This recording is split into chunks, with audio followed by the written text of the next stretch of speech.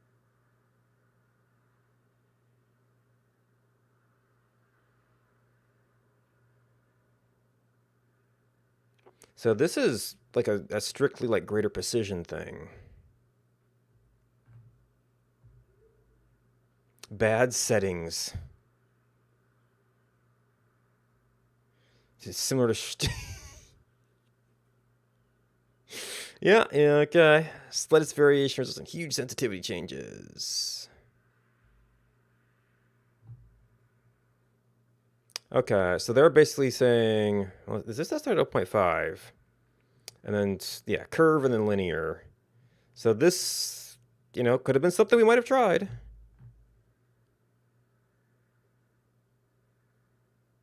Stabilizes with faster motions. Now, the trick here is that we're doing constant resets.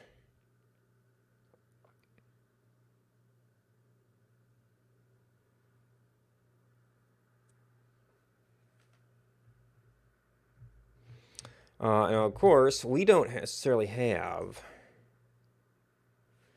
This is where we have to look at minor gems again.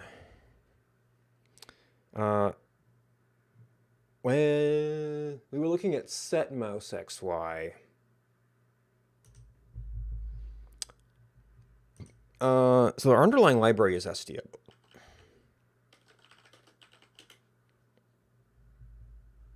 Mouse motion event.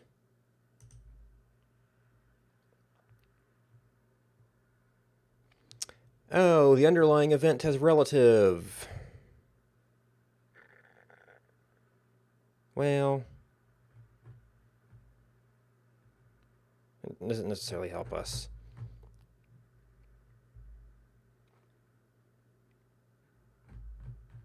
Yeah, we might have to kind of treat that much as linear.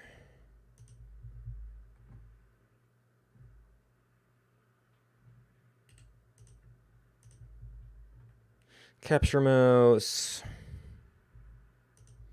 I think that's for like window lock.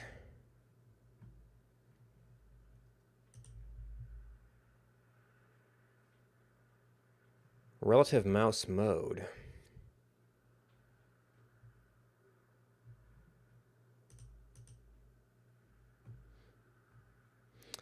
The cursor is hidden and the driver will try to report continuous motion in the current window. Only relative mouse events will be delivered. The mouse position will not change. Okay. That would necessitate to be adding stuff to SDL to support that. And I don't know if other backends besides SDL would support that, but there seems to suggest there's some driver stuff that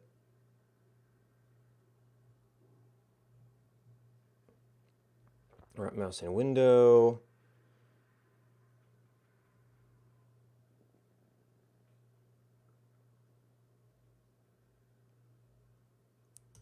So that might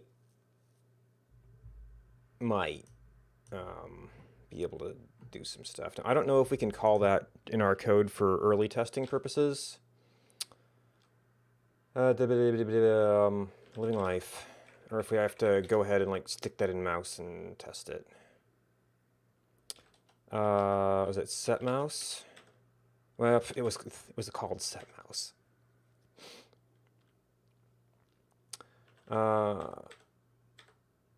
Yeah, so this is happening just in this mouse move message, which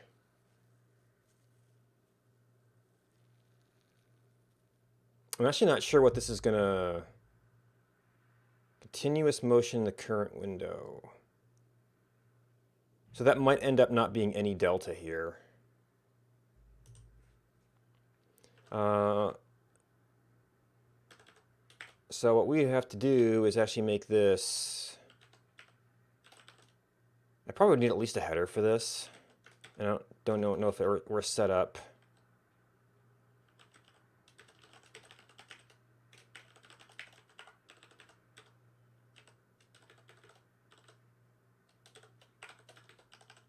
Or I mean, if any of the library, well, if we're set up to have that header, which seems perhaps doubtful. Yeah, I don't. Are we even going to be able? to reference that for testing purposes, or we have to like do it actually in minor gems?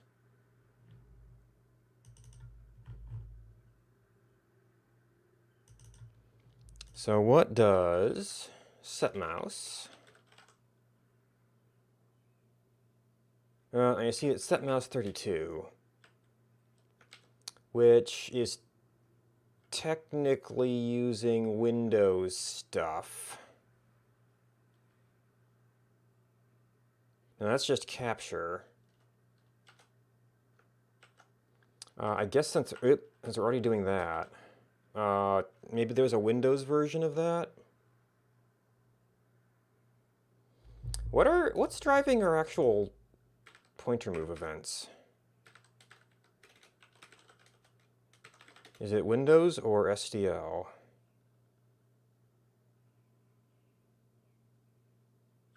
Okay, apparently it's not called pointer move. Okay, it's pointer move.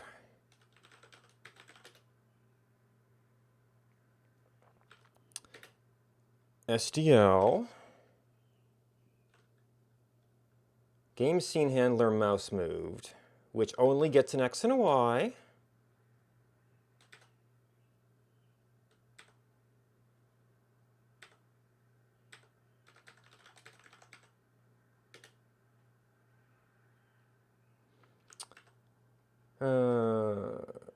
That implements that. What calls it? GUI container GL.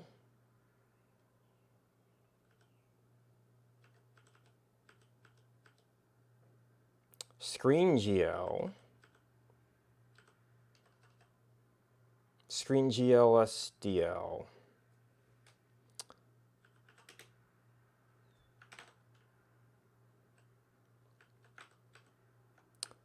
Callback passive motion. And callback mouse.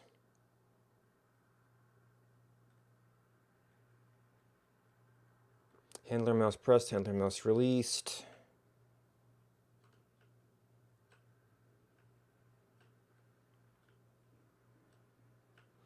This is callback mouse. Oh. We've got a little bit of rain. I should close the windows.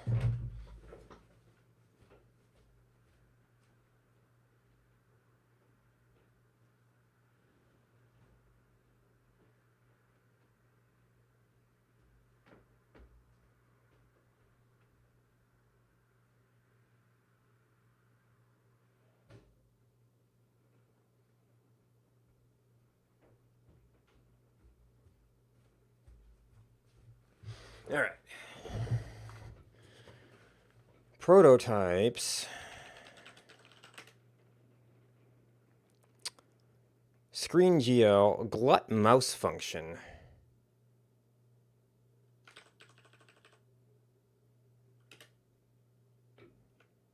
Is this an SDL thing? SDL pressed. Playback event batch. Okay.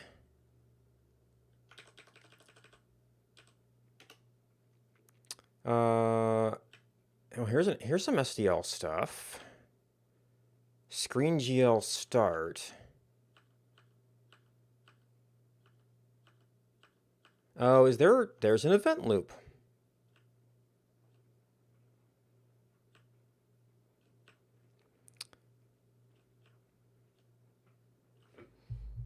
So what was I reading before?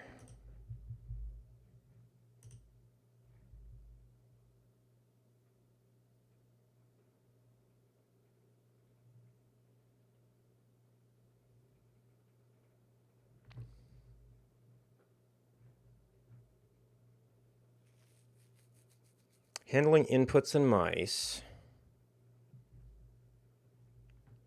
I found something that was mouse motion event. SDL mouse motion event.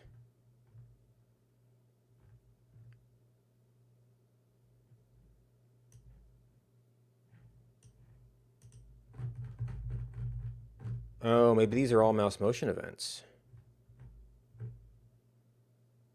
No. Where do you get an SDL mouse motion event?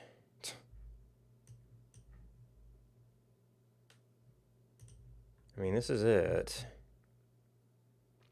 Get mouse state, get relative mouse state.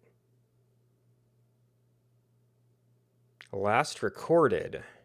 Oh.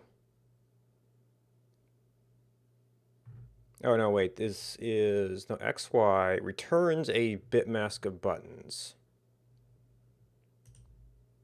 Get mouse state gets the X and Y.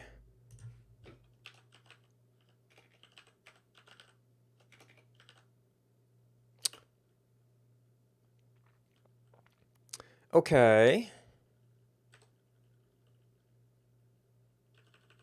SDL quit, SDL key up, respond to escape, stop playback player. This might all be playback player stuff.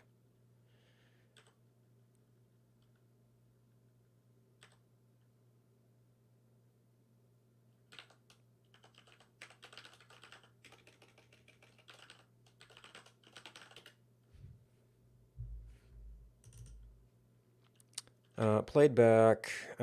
Actually, does this screen shell start? I guess it just supports mapping, event type, callback keyboard. Oh, because the keyboard also has mouse X, mouse Y, apparently.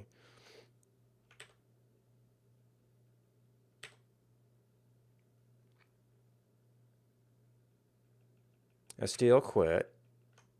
Escape. Playback ended. Mouse get location. SDL pump events. Mouse get state.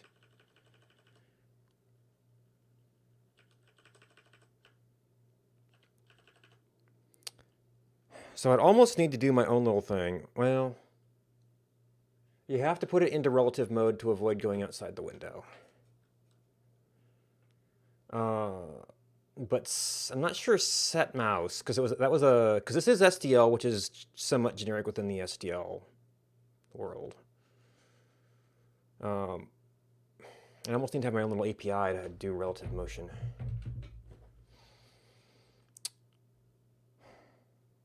Huh. Okay, well, I also need to take a little break, so I'll be back in a minute.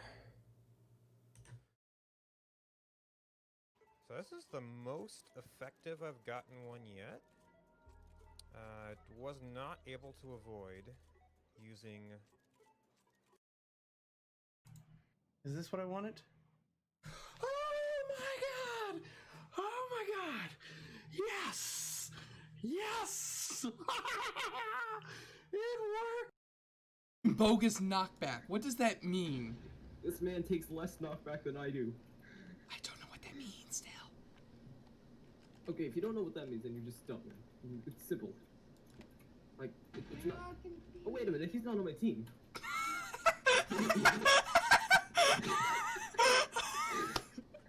Okay, hold on. I need to take a minute to recover from that one. I'm gonna clip that. Hey, you go into that.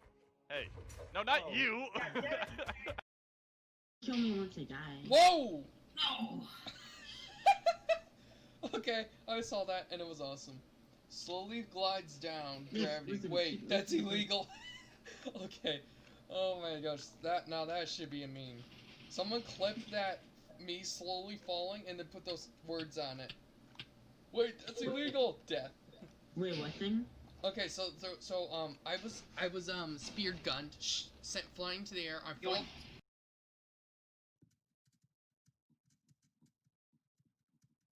So are we all right?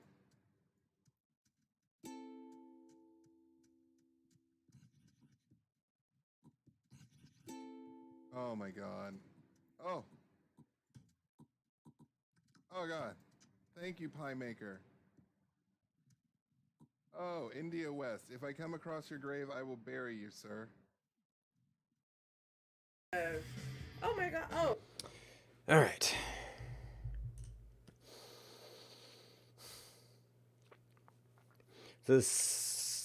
It looks like there may be stuff within the domain of SDL. What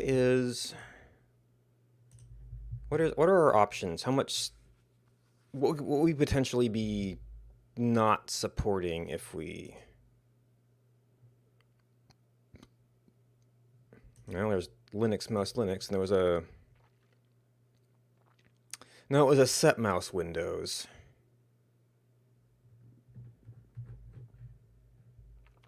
Okay,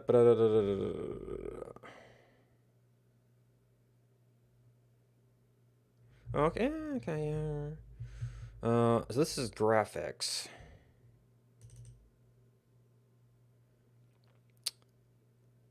So this is not strictly platform.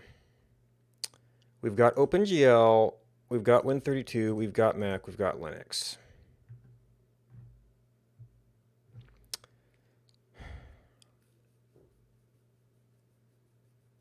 So you almost have to look into like the system configure. And where was that?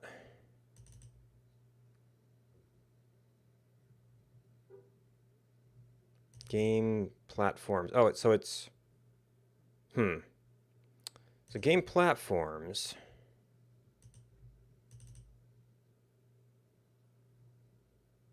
Yeah, and here's all the makefile stuff. This is all within SDL.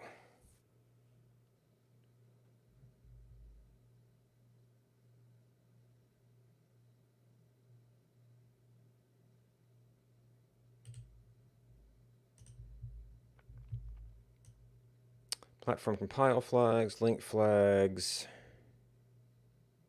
platform path, time platform path, directory path, poll platform.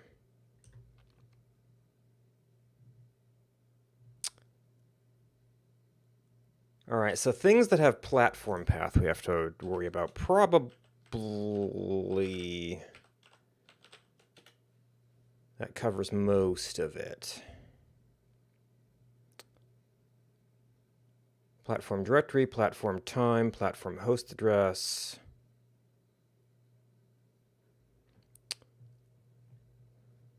Time, network, socket, thread, mutex lock, binary semaphore, IO file,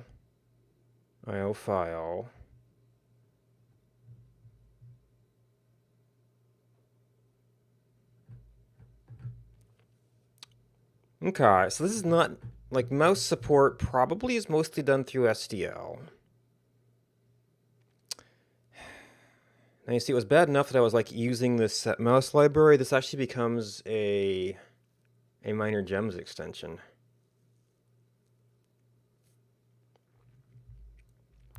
I also have to understand the structure of game SDL to figure out where the stuff goes. Or, well, of SDL stuff. So we've got set mouse position, which used operating system specific set, but really what we're trying to do is relative motion, which can be supported in an SDL level. I don't know.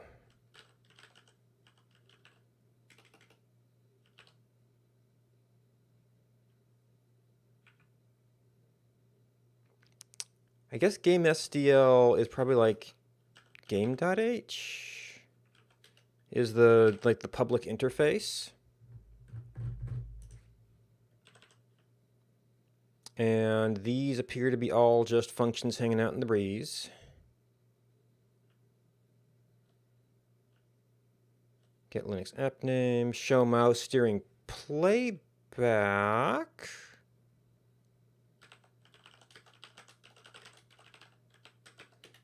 That kind of touches on some of the stuff. Oh, okay. Right, that's his little virtual pointer. That's not operating system stuff.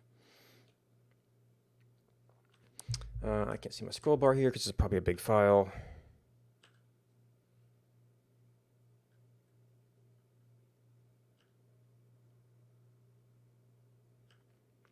Frame draw, screen dimensions, draw frame.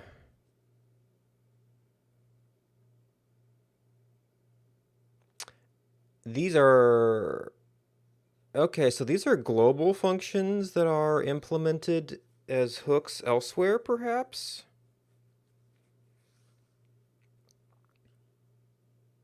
So these are all going to be callbacks.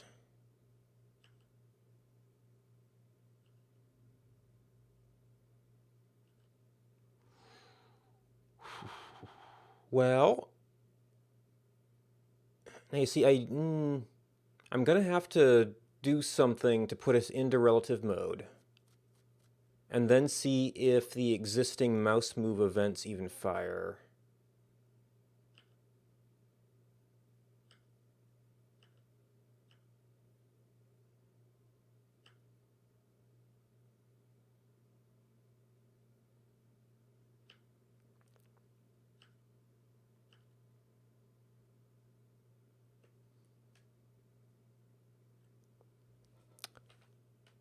Oh. Interesting. Obscure recorded numeric typing. Obscure is in hide.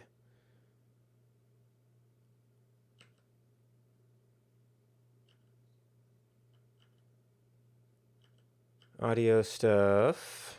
Sprite stuff.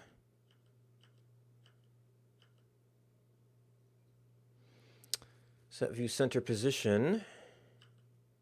There's cursor mode stuff. It's not quite the same as pointer. Confines mouse pointer input to window. Okay, so this would be kind of in this scale of game world coordinates or screen coordinates.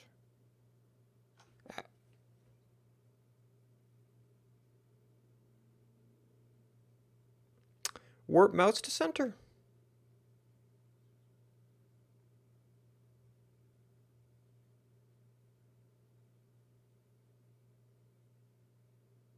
Dumps all pending pointer motion events. Well, that might not be good.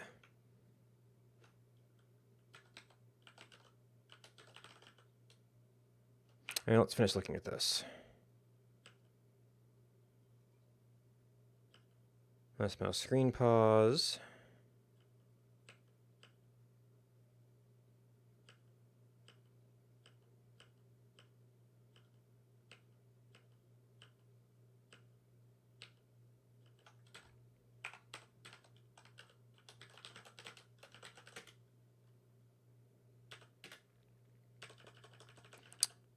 Okay, so it just calculates this and then does screen pause to world pause to screen pause. Not during mouse events. Oh, SDL warp mouse. Which is apparently a not Win specific way to do it. So probably this is static. I would have to use like screen center, but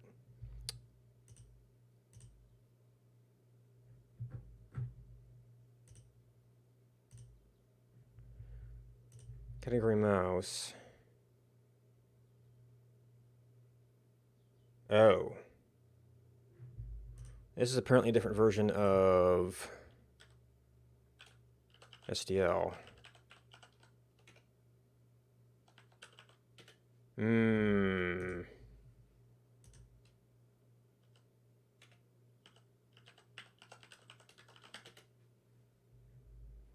Yeah.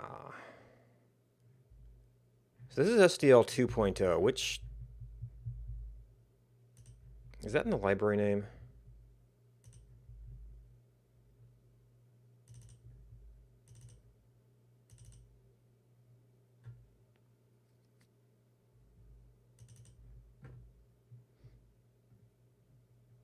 SDL. Where are we getting SDL from? It would have to be somewhere in the make files, right?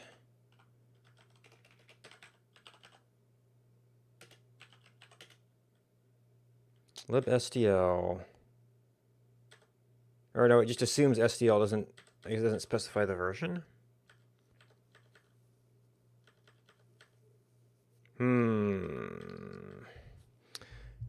How about... I think we're done with that. Would not be offsite. That might be relevant. Did I just remove... Okay, it's just not sorted. This might be a little bit out of date, but...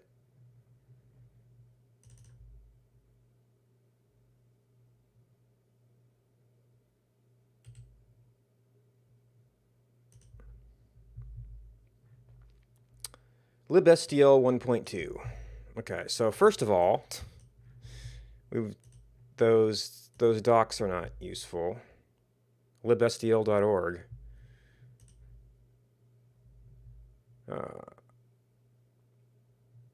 They just don't even talk about the old version.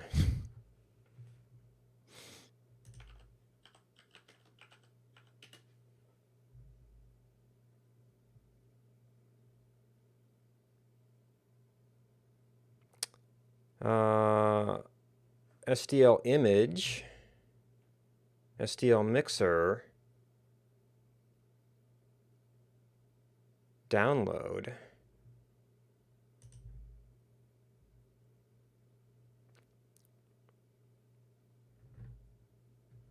Development libraries.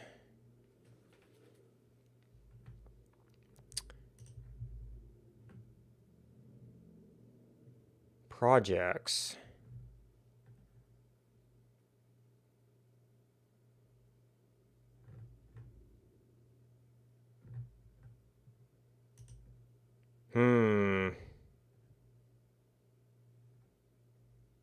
Yeah, so the problem is I don't know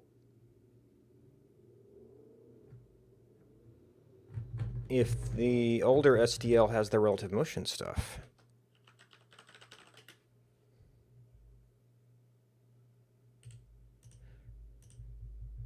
Okay. Events.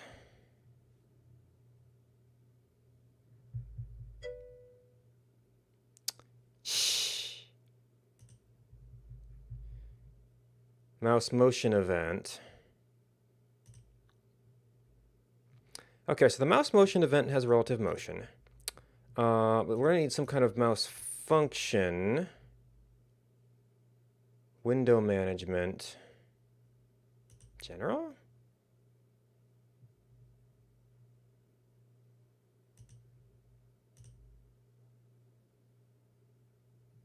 Oh, maybe this doesn't have it.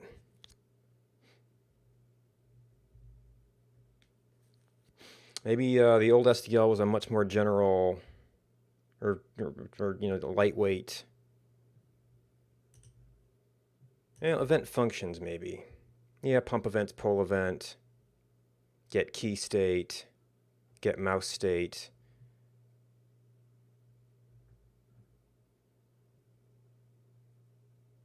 Get relative mouse state. How do you... No, okay, so that's, yeah, they do not have relative mouse mode. So that's not going to be an easy thing to do.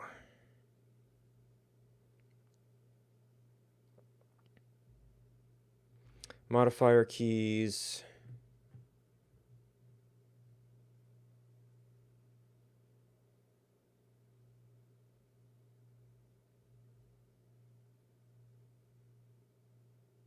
Yep.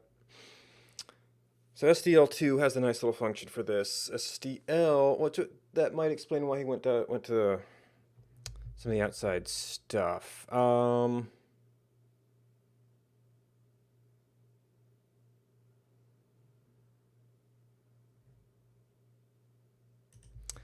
and would this even... Also, not you. I grabbed a set mouse 32. There's a set mouse Mac. I have to figure out how to make that work in the cross build.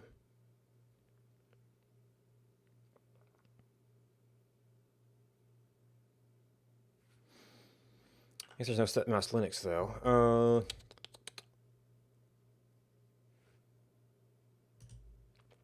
Yeah, so implementing that for all of this stuff could be kind of a pain. Now, oh, does this SDL... Now, I saw him call SDL warp mouse. Maybe that was some kind of extension?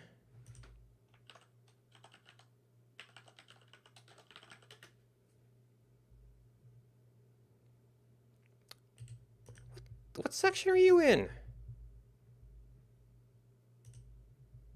Video.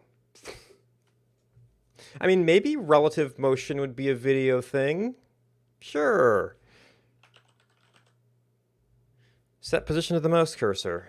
I guess the cursor is a little bit of a video thing. But that's responding to pointer events.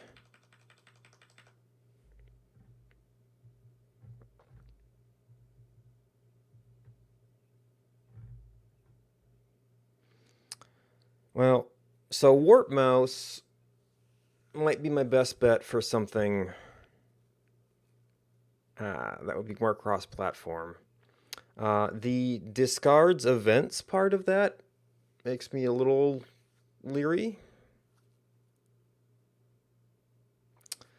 And of course, and then of course the fact that Jason chose to do setmouse.o instead of SDL warp mouse. Oh, maybe the reason, because I didn't think to look for warp mouse when I was figuring out how to do this. So with that drops events caveat,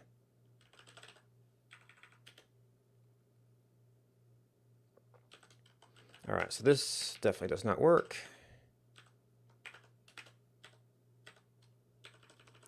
So instead of this, we can potentially do warp mouse to center, and this gets us our new coordinates, which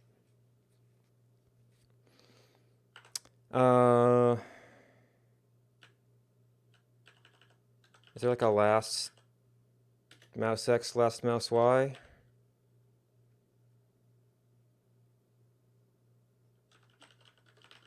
I guess one problem with this is it might not work very well with the software cursor.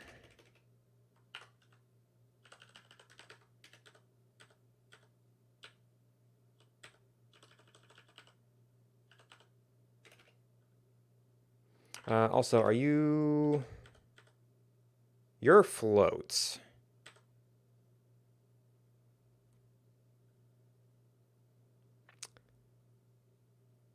So those are going to have to be screen coordinates? Turns new mouse position. In what terms? Now, I think I am setting the world position, so it might be a little bit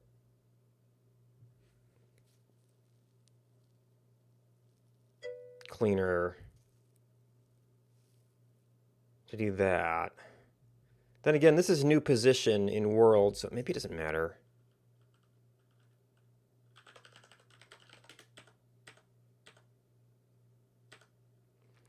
Screen center player offset. Get screen dimensions. We were setting mouse. Well, this is essentially a screen size set. That's implicitly doing all the screen dimension stuff. It just we won't necessarily have any reference to where we are.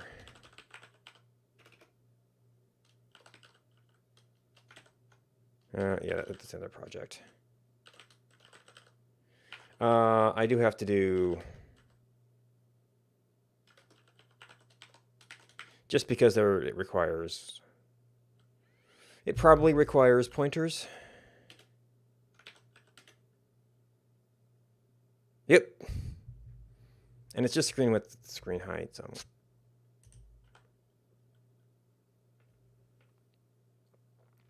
You know what? I was already getting the screen dimensions.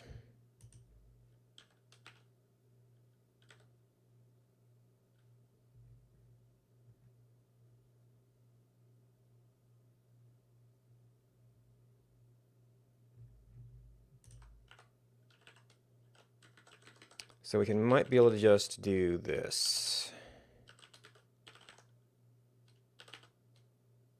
Warp mouse to screen pause.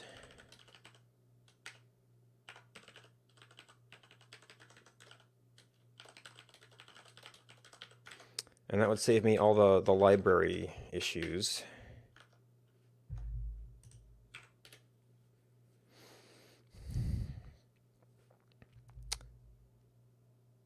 To Skeen. Oh, no, it's screen pause. Yes, a whole 2 with multiple monitor support. Oh. Is this not a public function? Okay, so this is not, it's not a public function. Public function is, well, no, that's in game.h. You can go to world pause, or you can go to center where you have to provide pointers.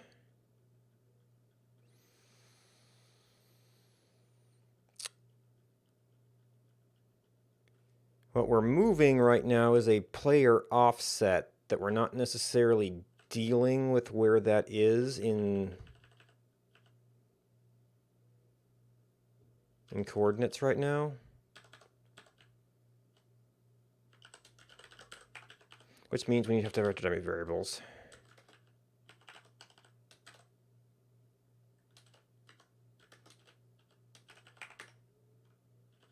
And we don't need that.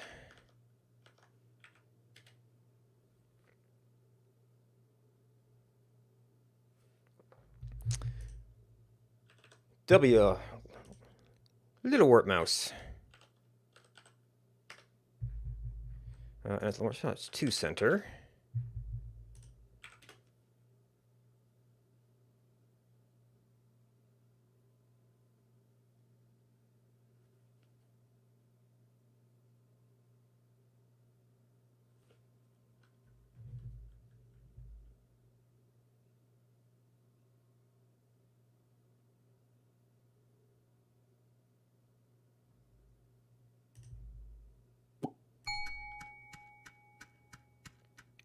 Yeah, the freezing cold here.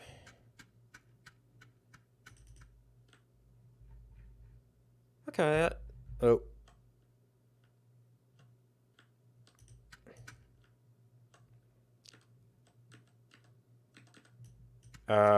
So that worked once. Oh.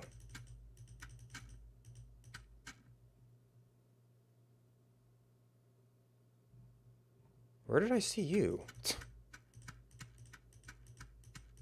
Maybe I just picked up a random ID somewhere.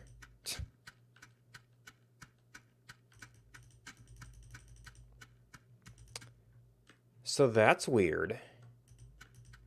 It's like it worked.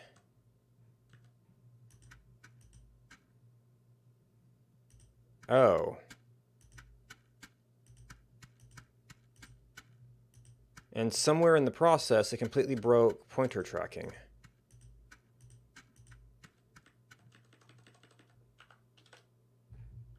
What?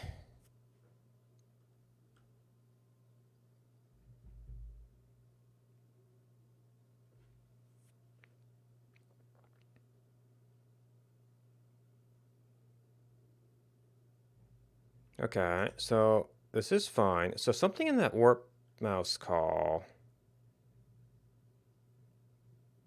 See, this is fine.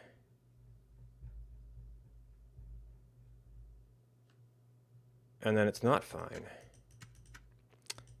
Oh, you know what? This may...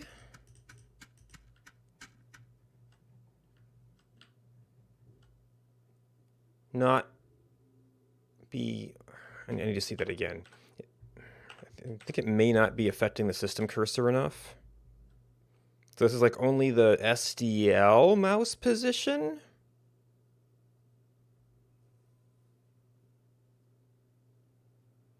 Maybe?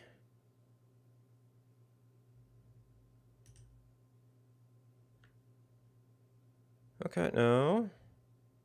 Oh. But we hit a point where it's just like, nope. We're not talking to you anymore.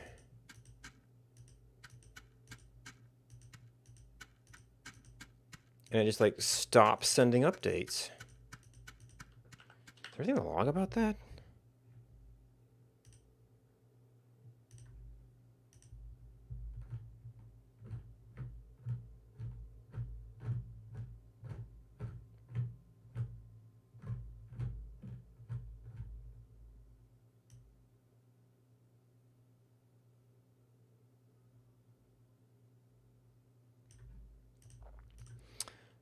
Oh boy.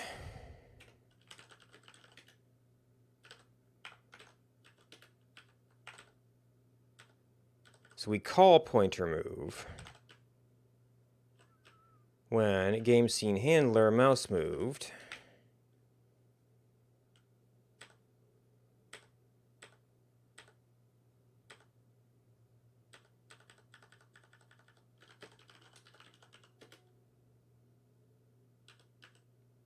Virtual void, component mouse moved, GUI container,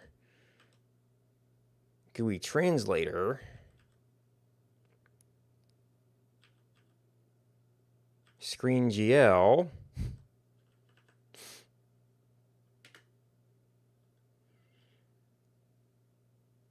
fire to all handlers,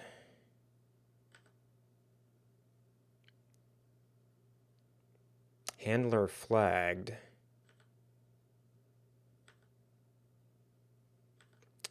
Well, shoot. That looked like it would do the right thing.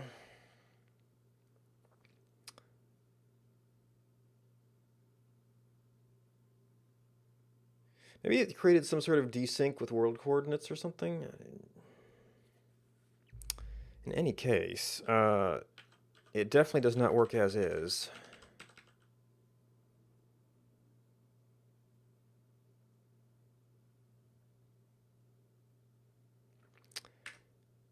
And this,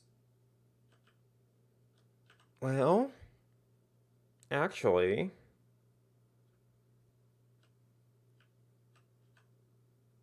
no, that warps the cursor to the world coordinate where it basically already is. That doesn't, like, reset the screen position. So we can get relative motion.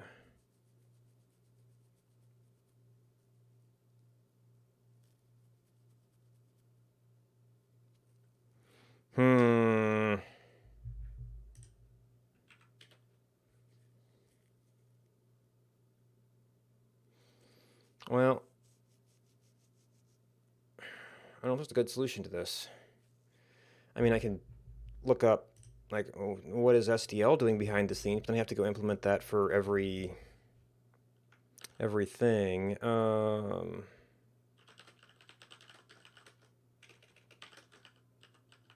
do we do this in general? Go dot.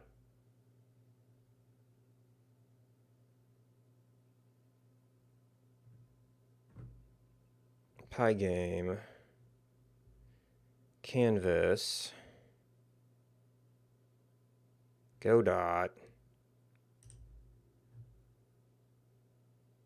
Mouse event. Auto script it.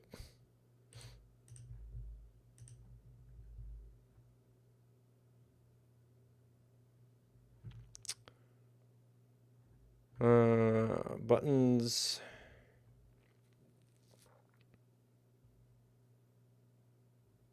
Okay, so the low-level Windows event is actually...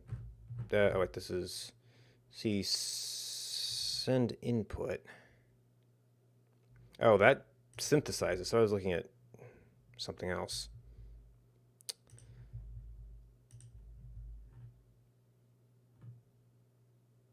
I mean, SDL is obviously doing something.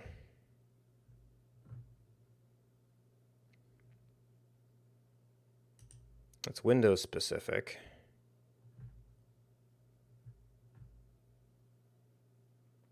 Always in relative coordinates. Okay.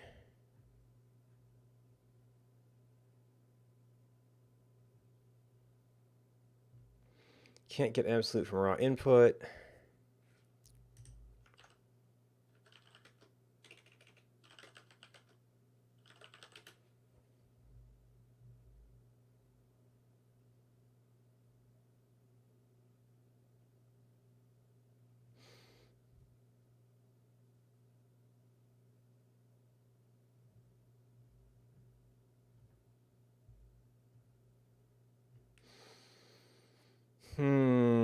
Using raw input. About raw input. Yeah, we have to get down to Windows message.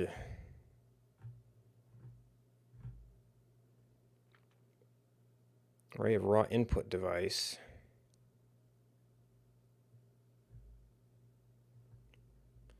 We have any WM stuff here?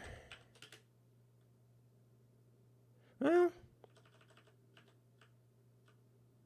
AI vision. SDL, well, window management maybe.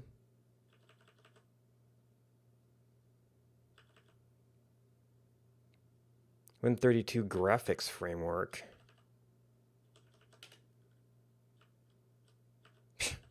Not even using that. Yeah. So only in QC grab do we have any Windows messages. And then this would make us not portable if we did that. We're already got a little bit of trouble with set mouse, but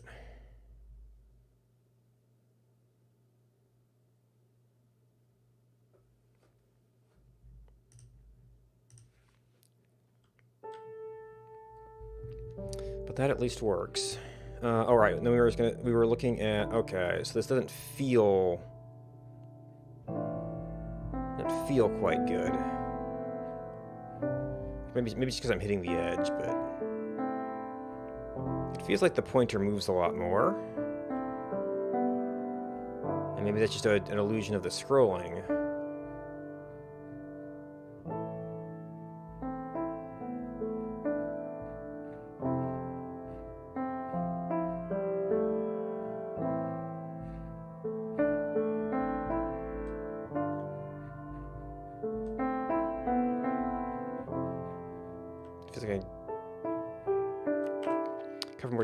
We were looking at acceleration stuff, so that I really don't want to get into library support.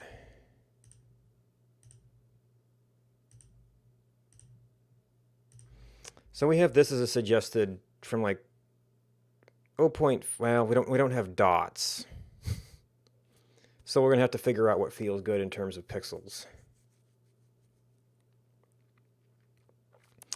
And that's just, well, they're doing Bezier essentially with points.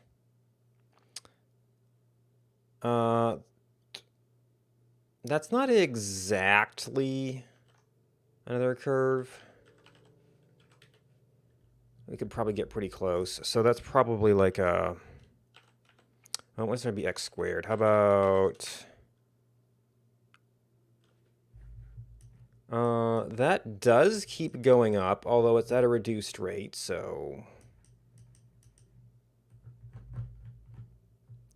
I don't really have the set point control. What is, well, let's start with something smaller for, okay, yeah, so that approaches 1 at some scalable rate. Maybe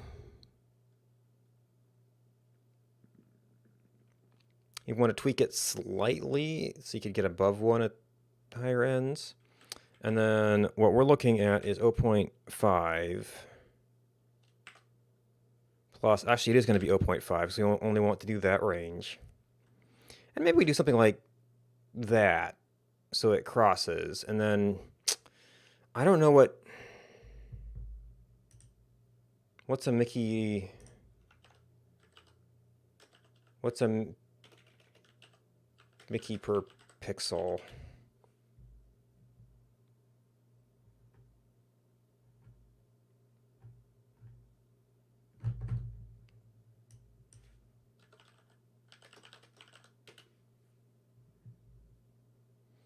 Mouse DPI. So I guess it both depends. I guess it depends on both the mouse and the screen DPI.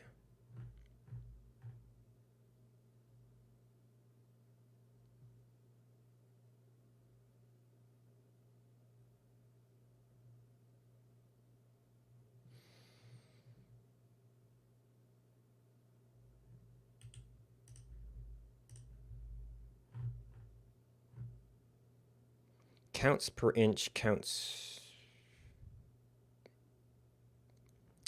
Number of steps a mouse report on board. These files, okay, so oopsie in the graphic. Number of dots covered in an inch that is majorly used in spatial printing. This is covered by the mouse on the screen when getting physically moved. Fast the cursor moves. Dots per inch. Number of dots at digital printing or scanning.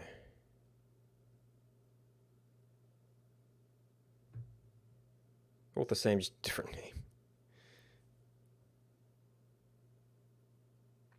The correct nomenclature.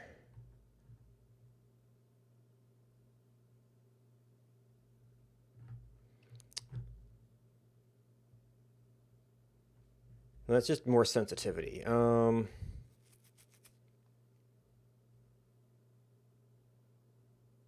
Says know the difference.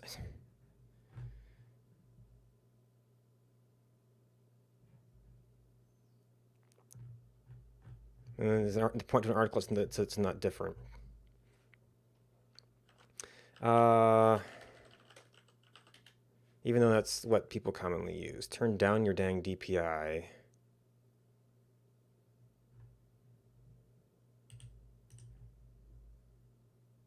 Most normal non-gaming mouses.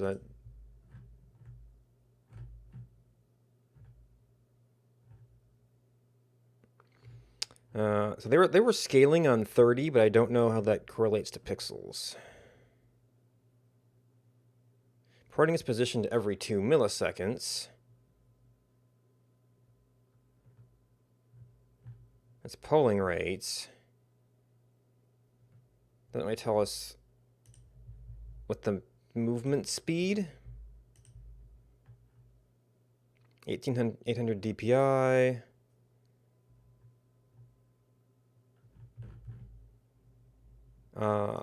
Well, a screen. Geez, what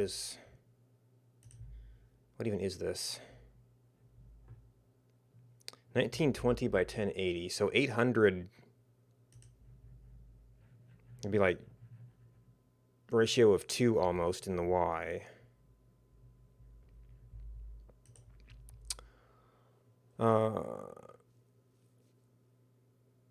So they were breaking even around 30-ish.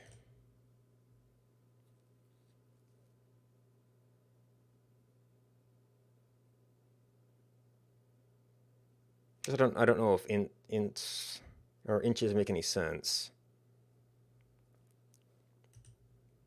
I mean, maybe we just scale it to 30 and see how that feels. Well, that's extremely slow, but I mean, if these are like pixels or... Well, this is in...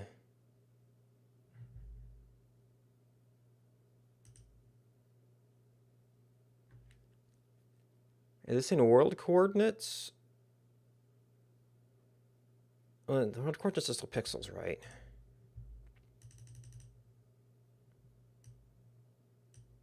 Oh.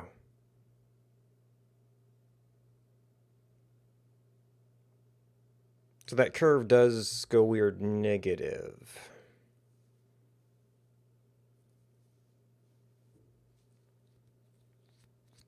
So we have to apply this to abs and then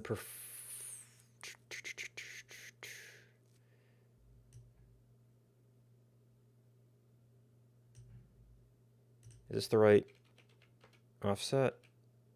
Yeah, okay. Interesting.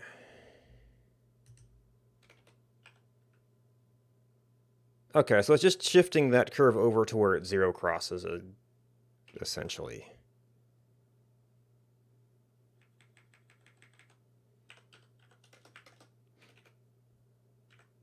Now this is the amount of acceleration.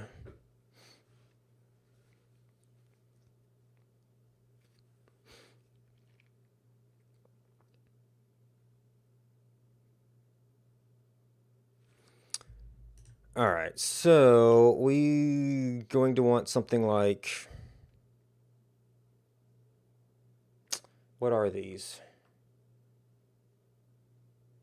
Well, that's a double pair.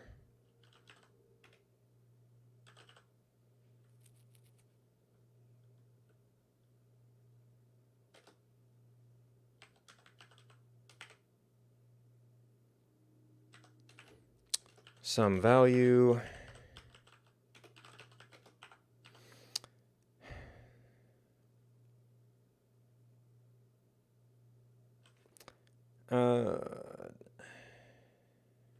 So would abs continue to work with a double?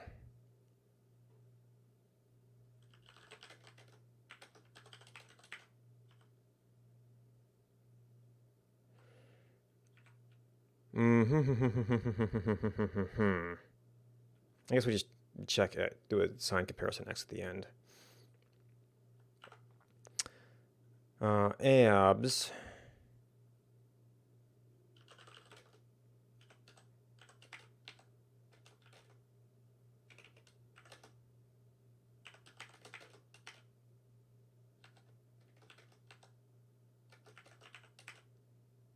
Just to pick an arbitrary value.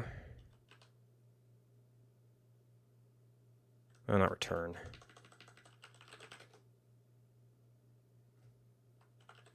I guess you're more like magnitude.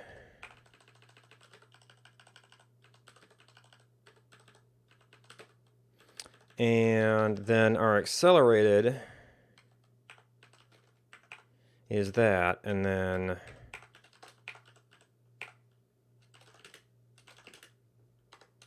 caps lock.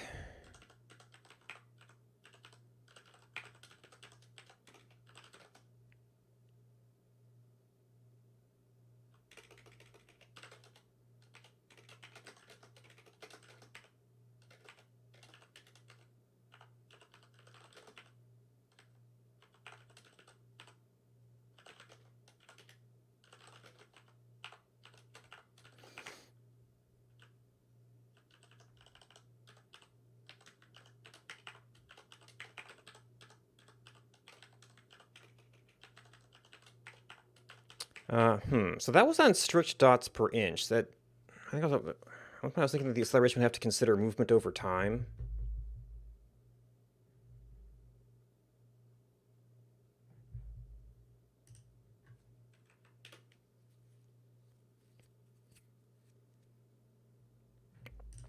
You have to be declared beforehand because there's no forward declaration.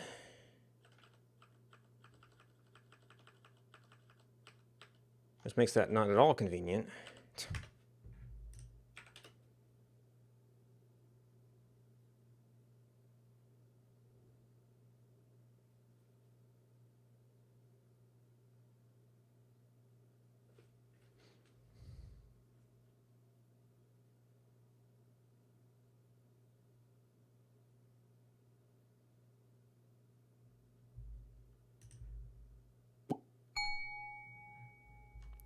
Okay, well, I seem to have messed up my sign stuff there.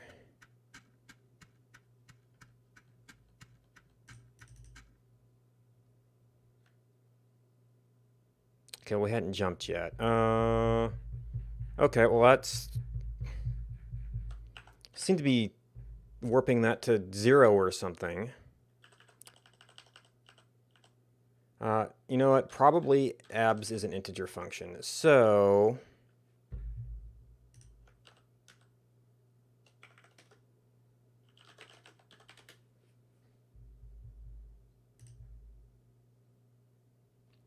double abs double.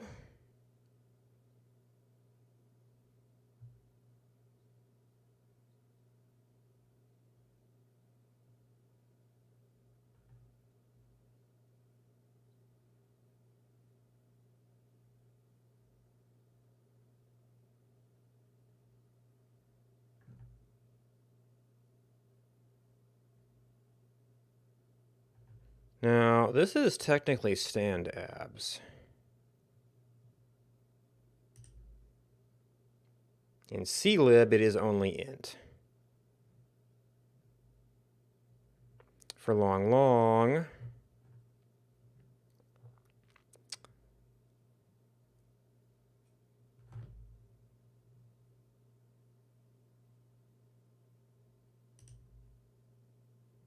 okay, so it was the fabs in C-land.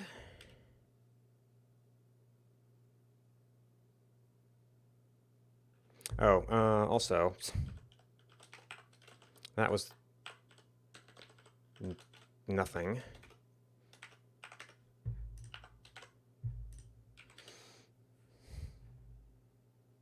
You rely on precedence for most of it.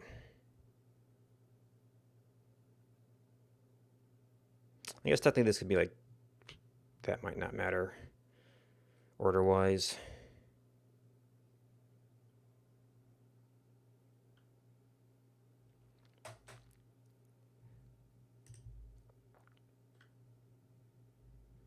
Okay, so the low end is pretty good. This mostly just seems to be making me slower. I guess we can get maybe a little bit of acceleration.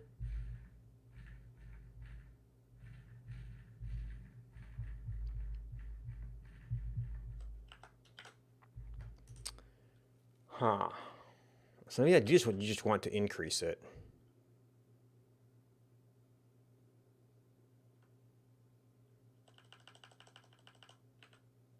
So that probably means like maybe 30 is wrong.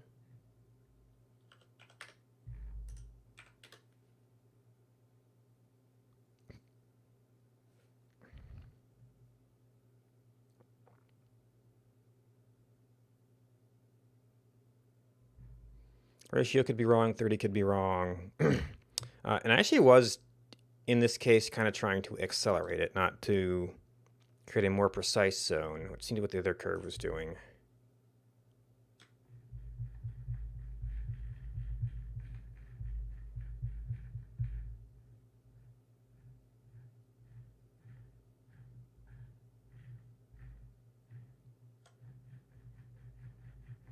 Yeah, I mean, if anything, I do want to accelerate. So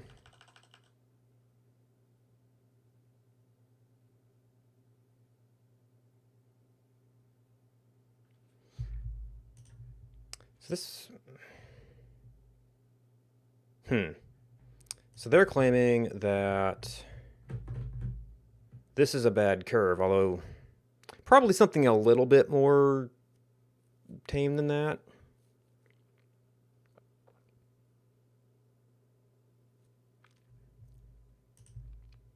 That means we actually kind of do...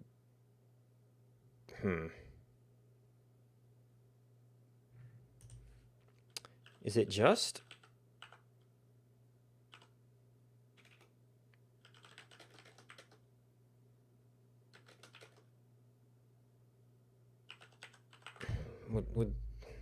I don't think linear would quite get what I want.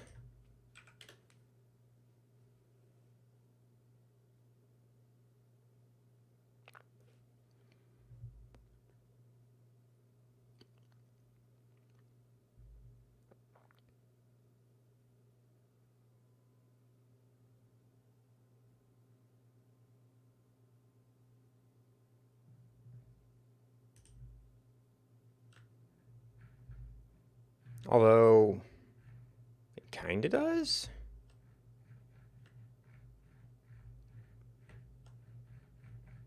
Still feels way slower than my base movement, which is probably just that whole resetting the cursor kind of loses events thing.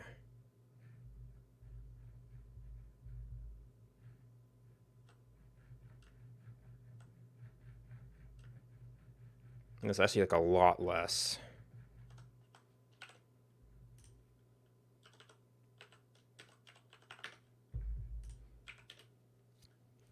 If this works, it'll probably have to be like a setting type of thing. And maybe you would still want go back to some of that other curve with a bigger scaling factor so you could still do some precision.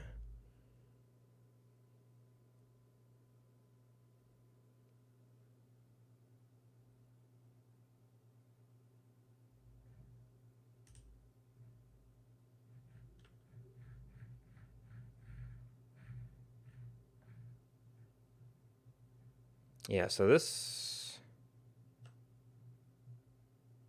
I guess that's about as hard as precision is here, but you're just relatively well practiced at aiming at things. And then of course you got the fact that the screen is moving, which makes it maybe a little bit harder to narrow in on things and adjust. That's kind of getting closer to what I want in terms of being able to scan around. So can we do something like this? I don't know if I actually want more precision. And I'm not sure about what this number should be.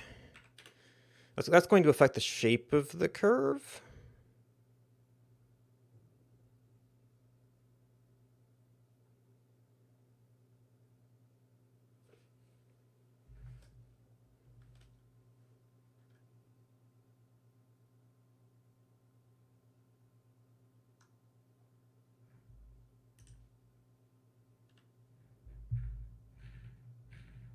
Okay, so that's either too large or too small. Because you really not whip that around. Although maybe with that being...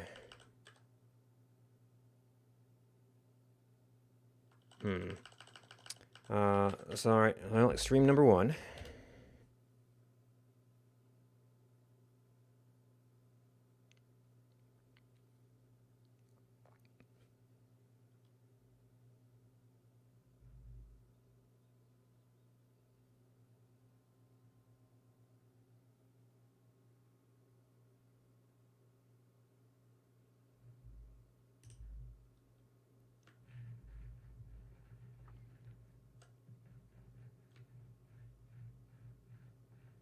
That seems very...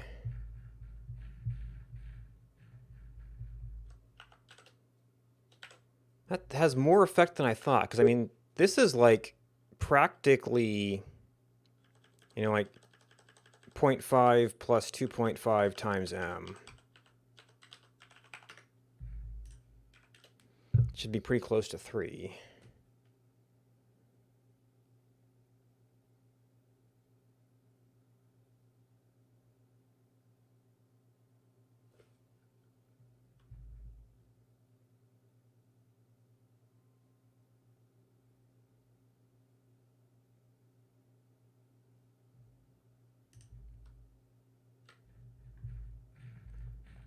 And that feels even slower.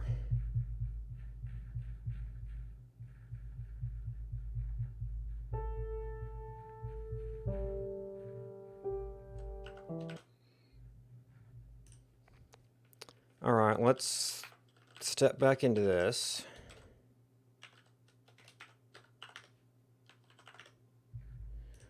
We thought that seemed reasonable-ish.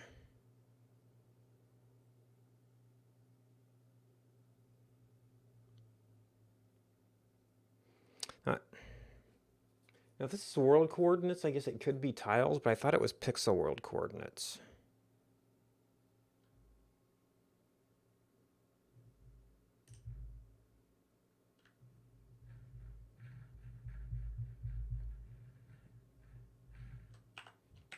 So that's fast-ish.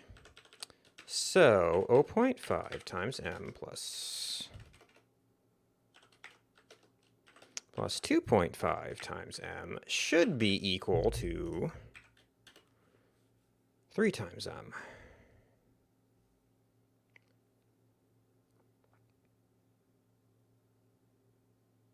And maybe I need to, like, take 3 times m, since it felt close to my basic movement, as, like, just the, well, we reset the pointer so we're not getting good feedback.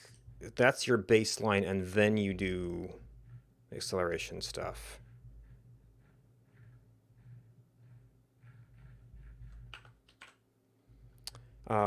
Which actually says these things should get multiplied by 3 each. And then you were like 0.6. So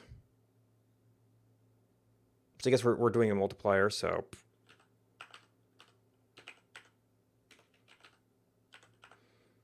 And I almost want to say that it's just that. And then we do this like you would actually do it. And this we think is going to be closer to just that straight up linear scale with not much difference.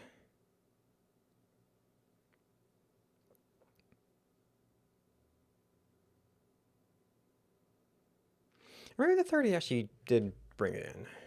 Well, it depends on where you're. Also depends on what your scale is looking at. It's like this is 30. That's 1.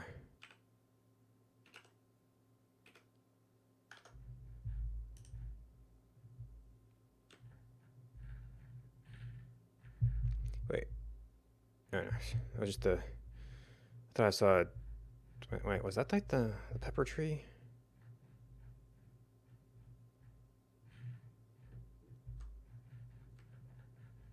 Yeah, that's definitely restraining it.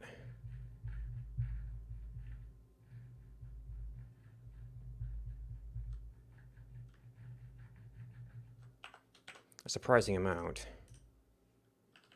And we would expect this to restrain it more.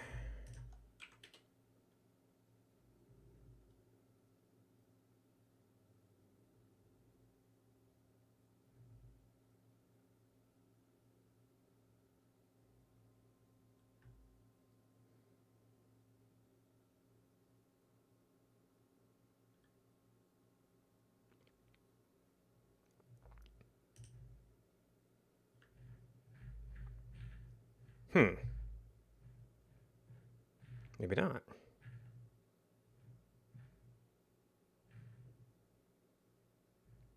I actually get some pretty good momentum on it. Which... maybe I need to... Right, isn't this going to be 1-to-1? Because we're throwing it out, 3 times distance. Right, I was trying to do fast back and forth before.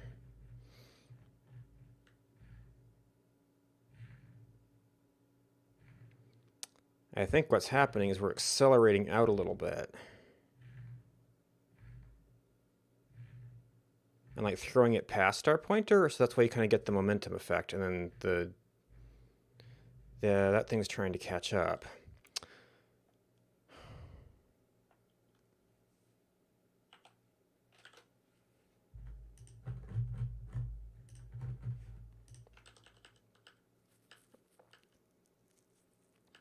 Could I change this? Well, it would require a bunch of translation stuff.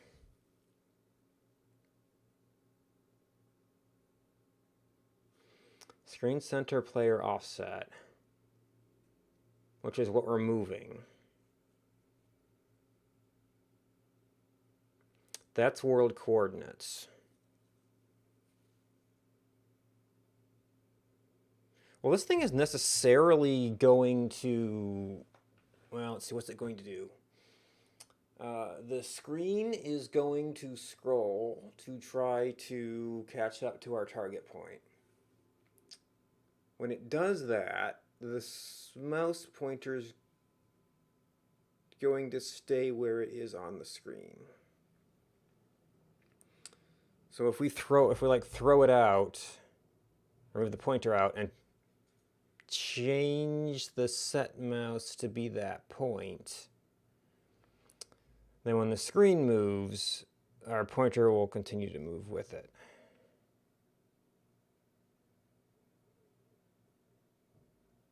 So we'd have to, for that to work, we'd have to do something where when we adjust the screen view, we would also have to adjust the mouse position,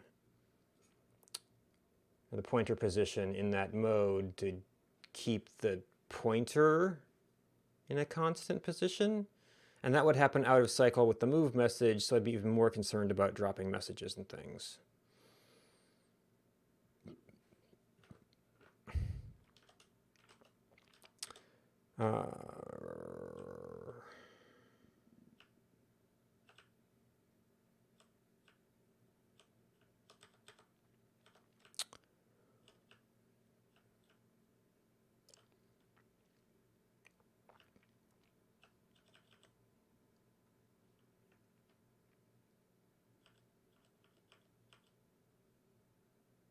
Move scale, camera follows object, current move direction. That resets it while moving. There's definitely some like tweening on where the actual screen center is. Screen target. Okay, so that's where the adjustment comes in. That screen target position, and then, which is target object position plus screen center. This is doing view change. This is in step.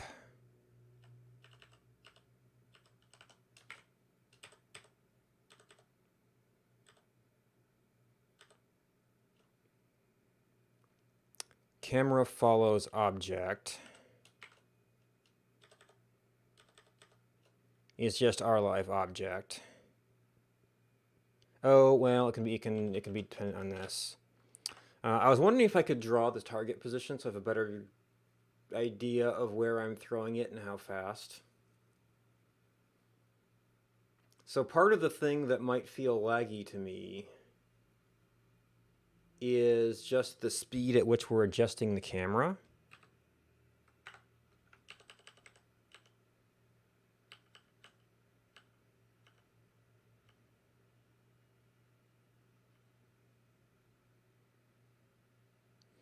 Which has a max RX, a max RY, and a move speed factor.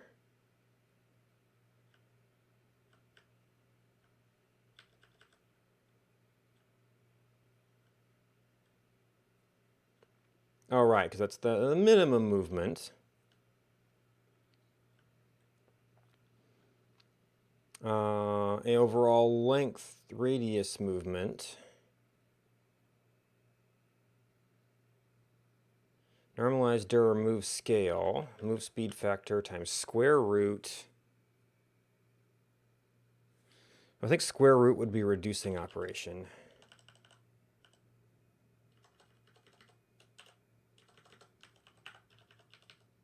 I stay in parentheses.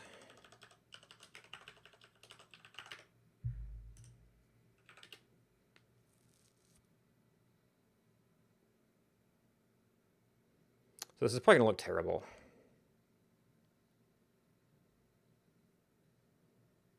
Because this is going to affect all other camera movements.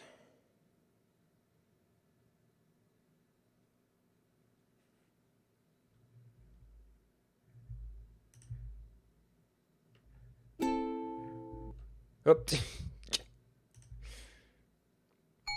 Wasn't playing when any of the dings happened. Okay.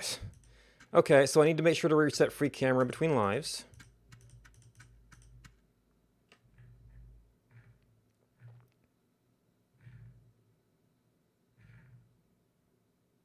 Okay, that still has a little bit of...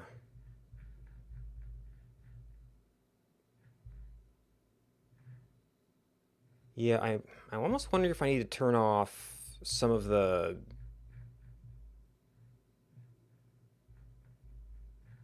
move latency, the camera latency. And it seems like I may have played around with just setting the screen position and then early on, and it didn't necessarily produce as nice a result.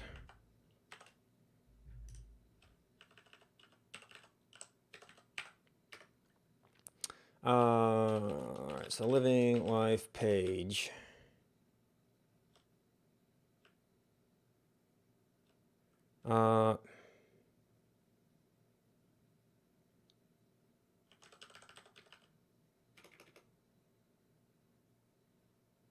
That will get me to it, probably. Should move camera. Surely this must get reset between lives and things. Make active.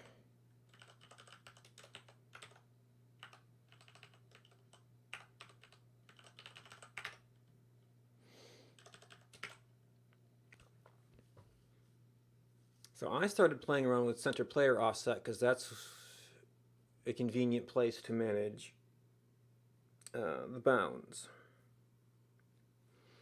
Maybe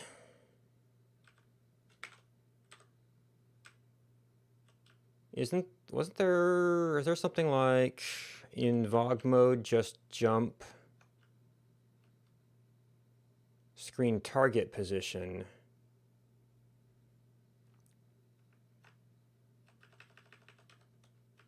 Well, if not, should move camera. Screen target position is last screen view center.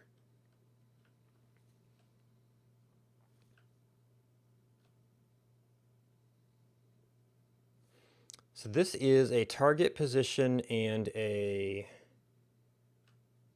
if view change. Move step. View change true. Last screen view center. So they are updating last screen view center as they do stuff.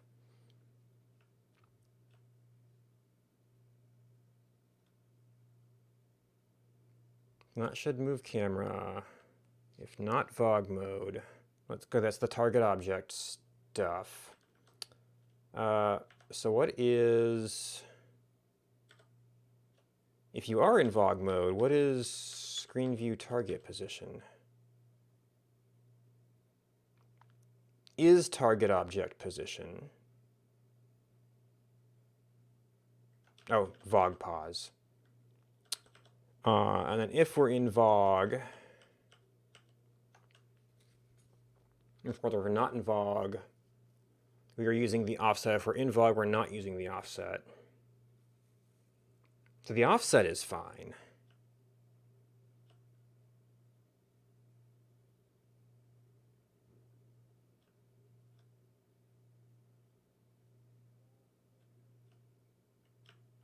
Do we just say...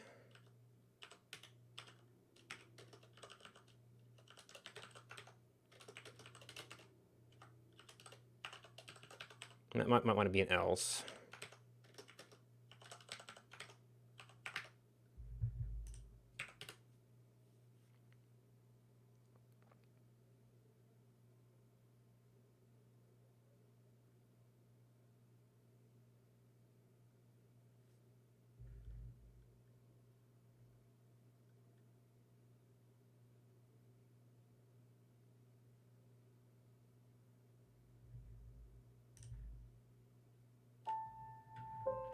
Okay, so that's nice and snappy. And we release it, we've still got this. Have to watch out for how it interacts with lock.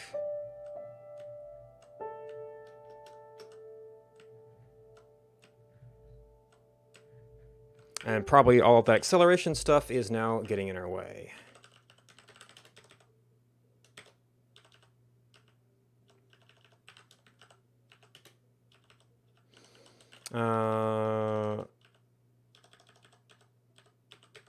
Let's just try no op for a minute.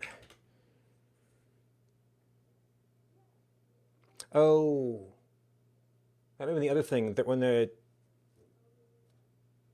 when there's not as enough difference, it stops moving. And actually, I ended up accounting for that in some of the other stuff I was doing, I think. And that limited where you could go. Oop, nope. Yeah, okay. So it's actually fine. We were just being held up by the move speed and the limit on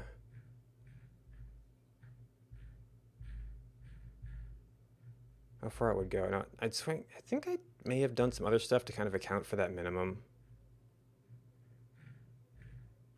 But that feels much more like my standard pointer speed.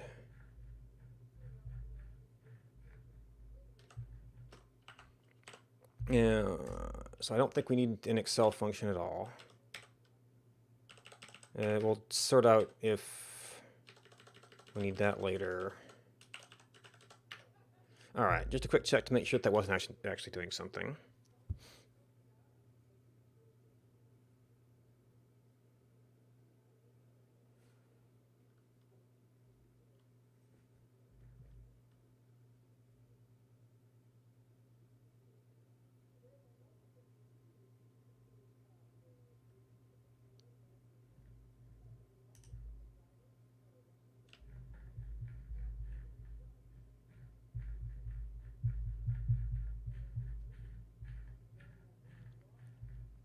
Okay, we can look around a little bit faster.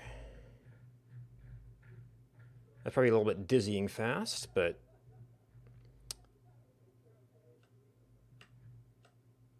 oh, that's right. There was some issues with it, with the position it reset to. So I took my bounds there. How does this interact?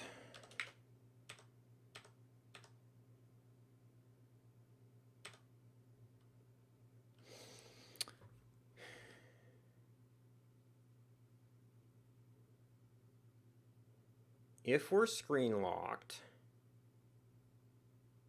actually that's effectively an if else anyway. If you have reset your screen target position, then doesn't matter what you're moving around.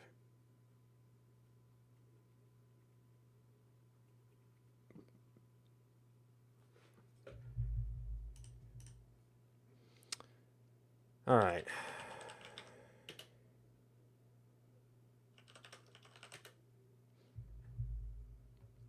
So we've got the library issue. We've got get cell blocks walking.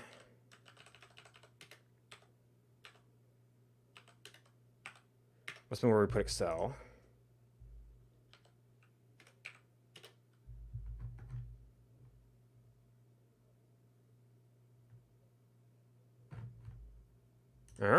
Oh, correct. We have to refresh.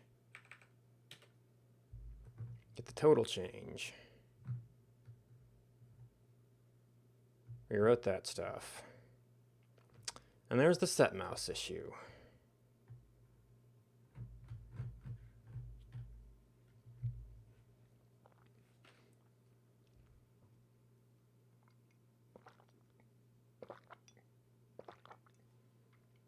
Which maybe I can take the build script, just do a little one-line patch to minor gems. So this is a checked-in file.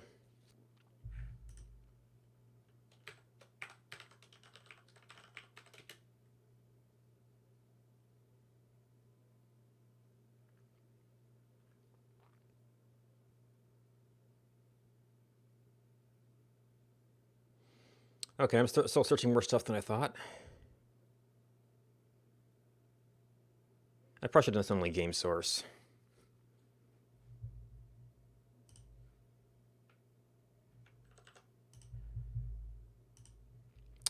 Blah, blah, blah, blah.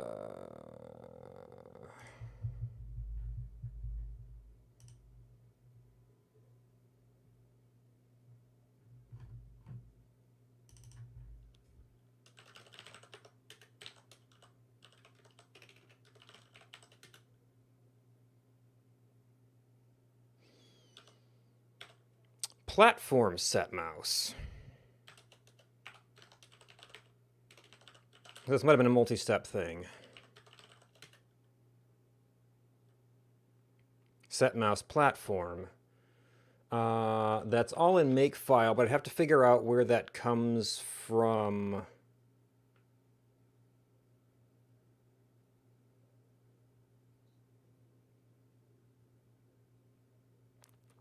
In the minor gem stuff. Which unfortunately that's enough to almost be a... I don't know if I want to do a whole patch series for it.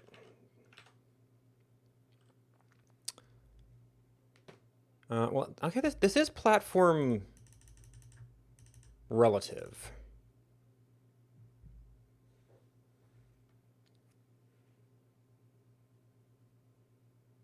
So once you set platform, we've got this, and then I think we have to do these also.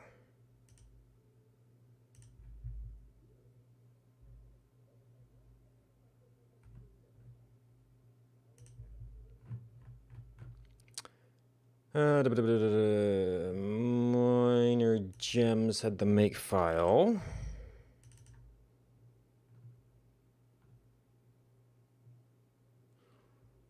And that was what? Game platform? Platforms.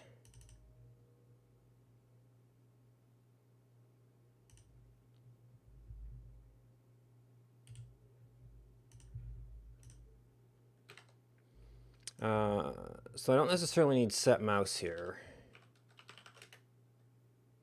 I need to know where this kind of stuff is done.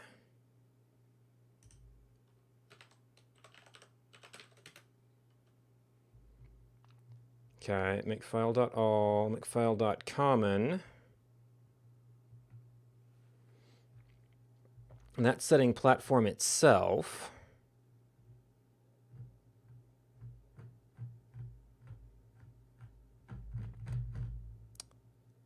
So where is platform blah blah blah blah? Hopefully in a common somewhere. Does that get generated somehow?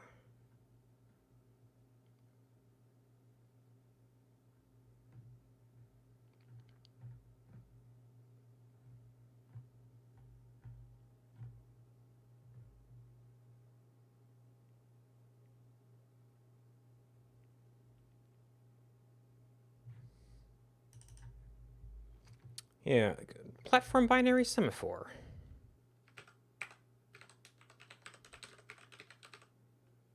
Okay, maybe platform thread would be a better example.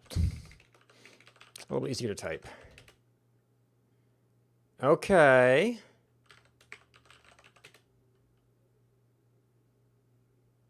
Look up thread O.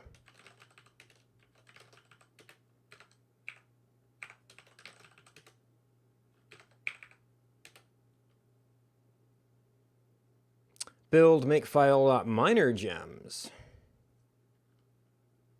is what defines all of this stuff.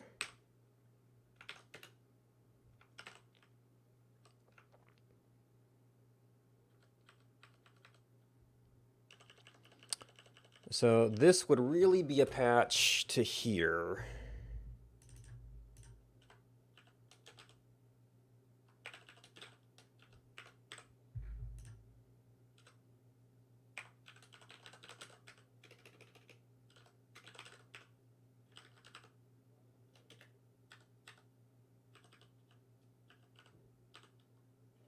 All right, this is cross window.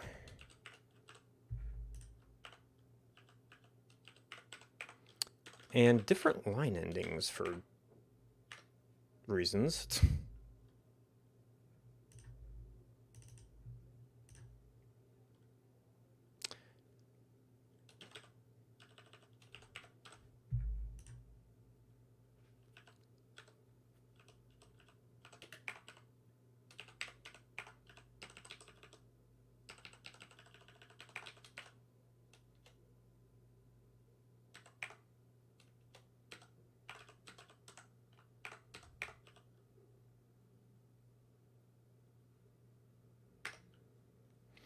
All right, so I think there's only implementations for Mac and Win32, which thankfully is what we're currently developing against. And then we have to, now you see, well, no, it is a Git repo because we're forking it.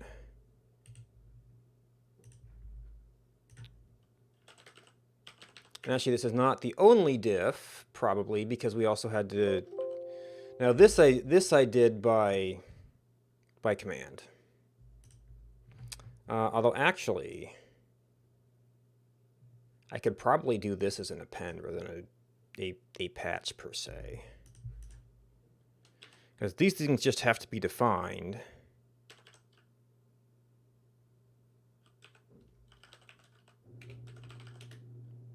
It still have to be a text file I have to get somewhere.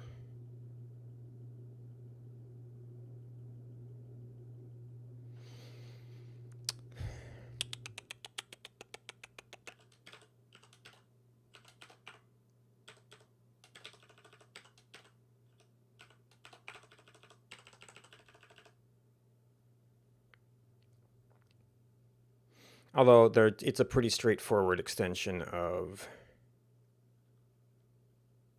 like all of the other stuff here. Maybe we can go to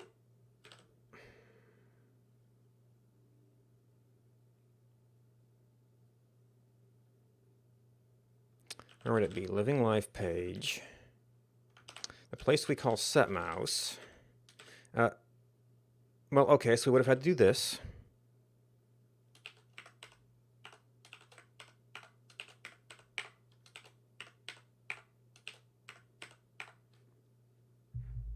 Okay. Oh, no, I think I missed a shift character here.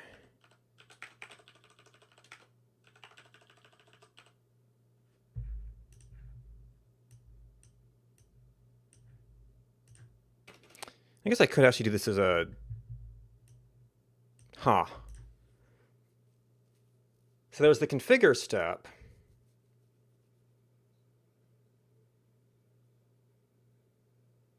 Which makes the make file. But once the make file has... well, there might be some ordering dependencies in make file. Let's see.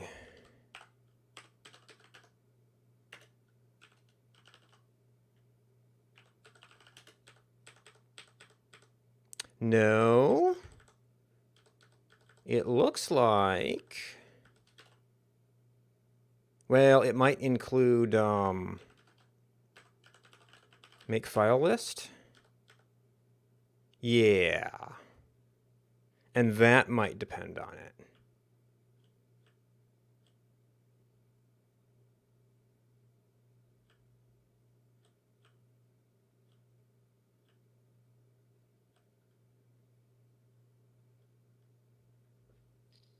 So you can't necessarily just append it to the end.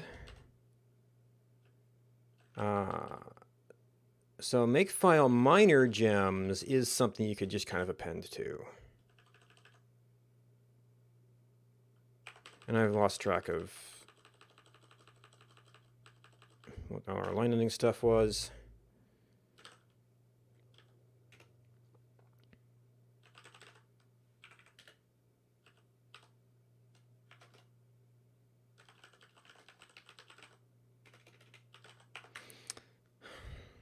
So that way, once I get this into the patch, I could just go get the patch, grab this fragment, and update the build step to... well, you would update minor gems in this similar place. Huh. So I would check out and patch this, and then if I had this, if I explored this as a file, maybe I just make this little file part of the build system.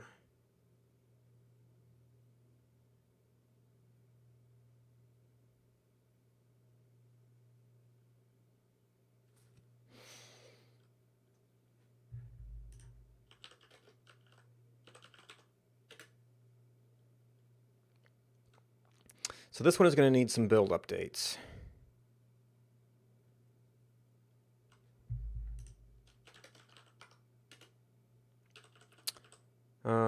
Still need settings. Still need settable keys.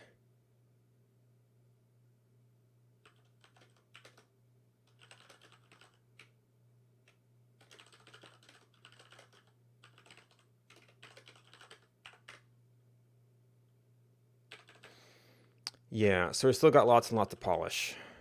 And I need to keep paying attention to how this thing's working out.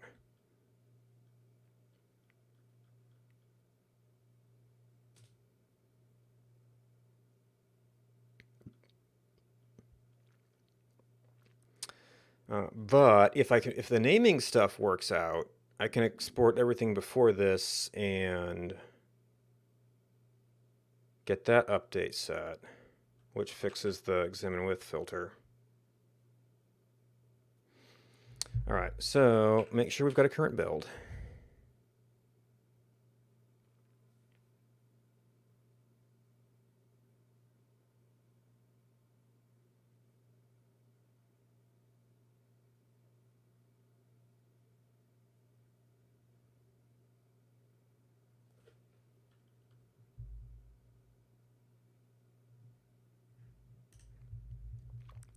And then I'll use that for playing today. Meanwhile, kind of a late start today. I did not sleep well, and then I was trying to find a place for the computer, which, involved like clearing some stuff out to make space, and then doing a whole lot of cleaning with the dust we found there. So I didn't actually get a whole lot of computer progress done, but maybe I can poke some things over lunch, get a few more things installed. And hopefully we can swap the cards sometime Sunday and see if we can get Satisfactory looking nice. But that's it for now. Let's see if I have anything to recommend.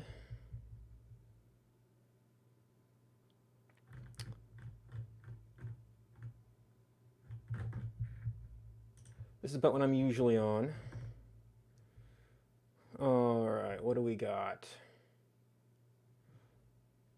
So that's dev, but it's web dev, which might be a little bit more of a gaming thing.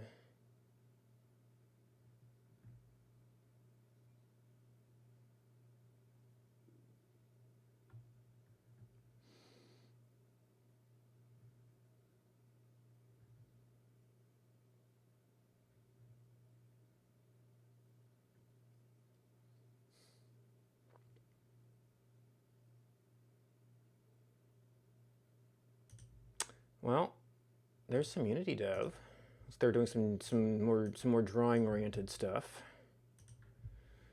So if you're looking for someplace cool to hang out, Liver Dev Trying is working on animations and stuff.